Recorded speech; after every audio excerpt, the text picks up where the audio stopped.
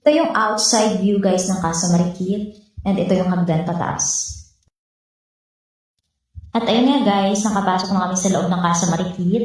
Ito yung loob na view niya. Kasama ko yung mga kasamahan ko. Hindi maayos yung video kasi medyo maraming tao.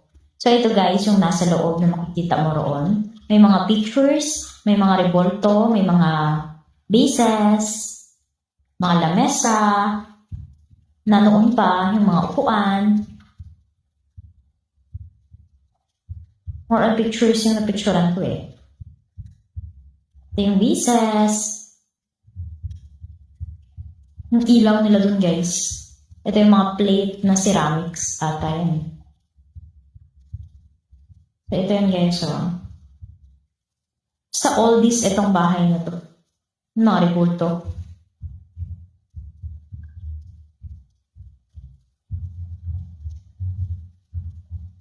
May back pa yan dyan guys sa labas.